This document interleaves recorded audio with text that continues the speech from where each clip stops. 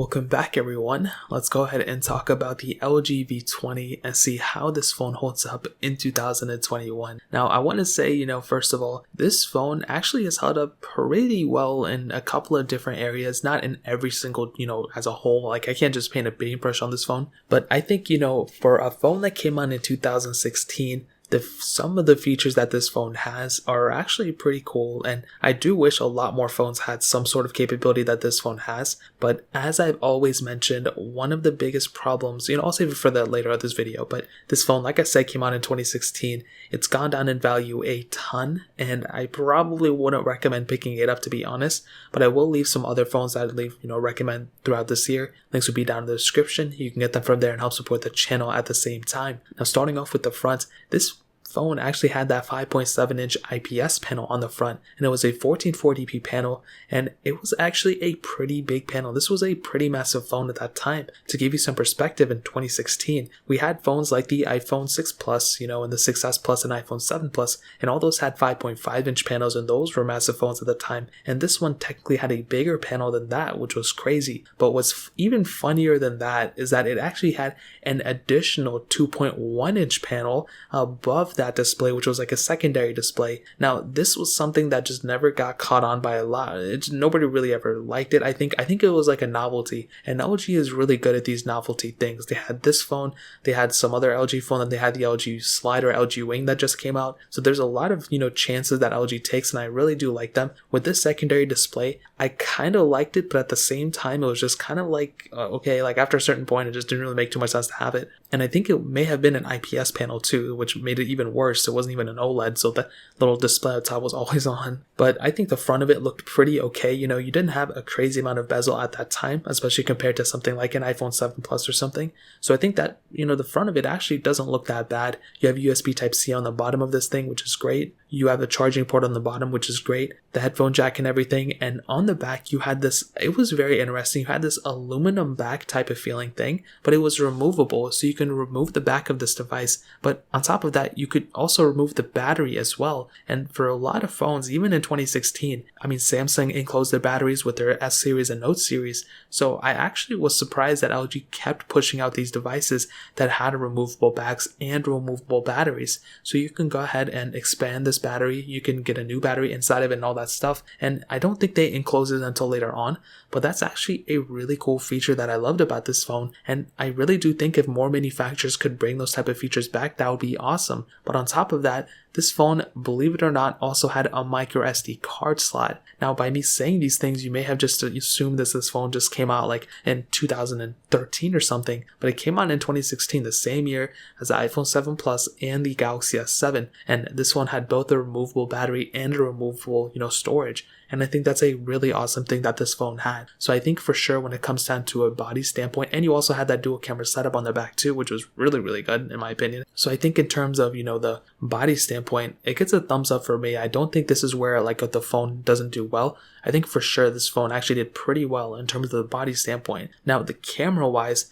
as I mentioned before, the dual camera setup on the back, 16 megapixel standard lens, and then an 8 megapixel ultra wide sensor. And I really do think that this camera was actually pretty good.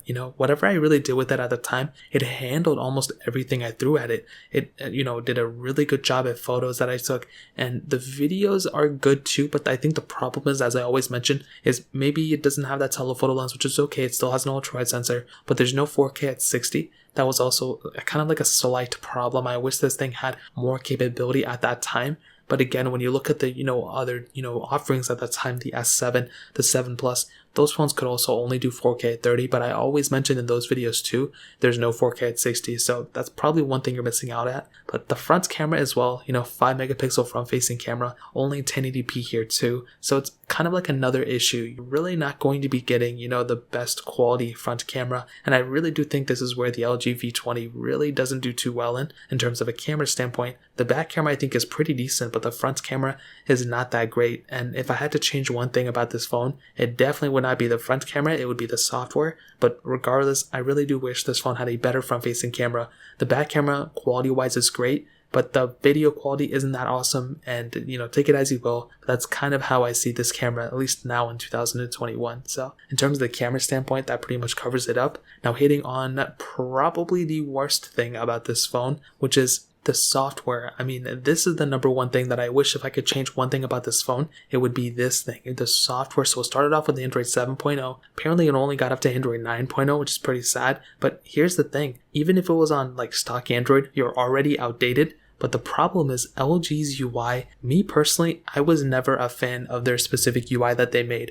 I never liked it. I owned the LG G2 for a long time, for like a year and some change, and I had a great time with it, but I only had a great time because I custom ROM'd it. I custom ROM'd that device as soon as I got it, and I enjoyed it so much. I couldn't stand the LG's UI at the time, and I think I owned the LG G2 in 2016 or 2015 when this phone came out. And I mean, I'll tell you, like, I had a great time with the custom ROM'd LG G2, but I just wouldn't recommend people using, especially on an outdated version of LG's UI. You're really not getting that great of an experience, and I think if I could change one thing about this phone, it would be the software. Now, I'm unaware of the custom ROM capability behind this phone. I want to say there's probably at least some custom ROMs available if you want to root it and all that stuff, but I just don't know. I just don't think this phone software is that great, but it's funny because it doesn't make up for it in the battery features.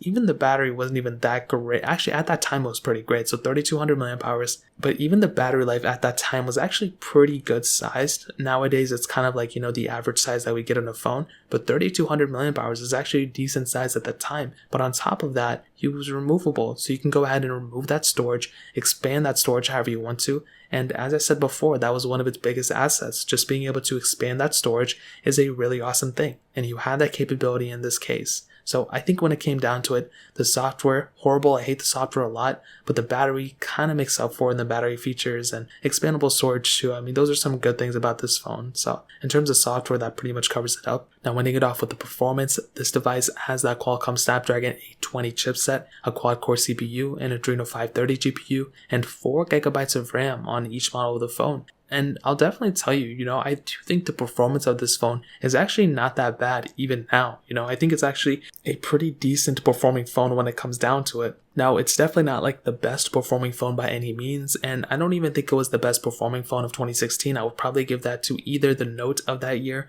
or to the iPhone, the iPhone 7 Plus. But I think for, things you're going to do with this phone, depending on your usage, you're either going to have a pretty okay experience or you're probably going to complain about it, to be honest. So with the lighter apps, phone calls, texts, whatever, it's going to be fine. Heavier kind of apps like Snapchat, TikTok, whatever the case is, I think you're going to be perfectly fine there too for the most part. But the whole entire UI is very glitchy. You know what I mean? Like, if you're trying to go and do something with this phone, you're going to have a pretty glitchy experience. It's not a smooth experience by any means, and I really do have to attribute that to LG's UI. I think because there's just so much going on with their software, it really does hinder the performance quite a bit. And it's almost like, if you get this phone, you're almost succumbed to the software. That is the biggest problem with it. Even in the performance standpoint, there's a problem with the software. So I would definitely tell you, when it comes down to that, that's one area if I could change about this phone, it'd be the software, because the performance would be better. But even heavier intensive games and stuff, like super heavy games, you're going to run into problems there too. It's not going to be like an amazing experience,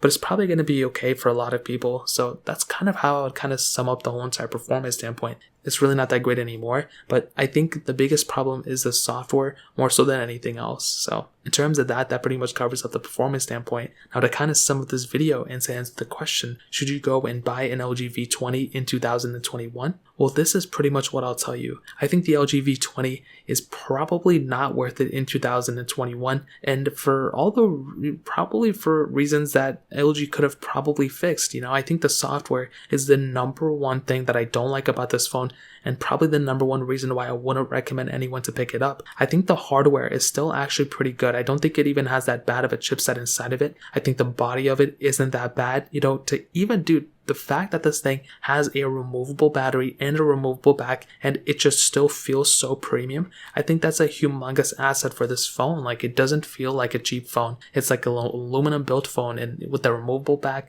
with the expandable storage, those are really strong attributes of this device. And I think the secondary display on the front is just kind of like a novelty. It's really not important, but it's cool if you want to have it. I just think this phone had a lot more capability, but for some reason, LG just doesn't do too well with their UI, with their software, and it really does hinder what this phone could have been, in my opinion. I think for all intents and purposes, I would not recommend this phone, to be bought in 2021, mostly because of the software. But as I mentioned before, if you're okay with, using a kind of older phone with older software and it may not be the most secure device, then I'll say go for it. You know what I mean? Like, this isn't really like a end all be all type of device. But as I mentioned before, getting a phone, I would recommend getting the first Google Pixel over this thing. And, they came out the same year, but that device has some, more capability and way better software. So I'd way rather recommend that device than this one, a Pixel 2, or any of the Pixels, the Pixel 4a especially. The iPhone of that year I would recommend over this thing. So keep it how you want, but that's pretty much how I would recommend this device in 2021. If you guys have any other questions or anything like that, let me know in the comment section below. Hit the like button, that would mean so much, but definitely hit that subscribe button. Every single subscriber that we get really does count, so it means so much if you guys can hit that. Also check out the other links down in the description as well. My Twitter, my Instagram, my other channels. More importantly, everything else, I love every single one of you guys. Hopefully I'll catch you guys in the next video. Peace out till then.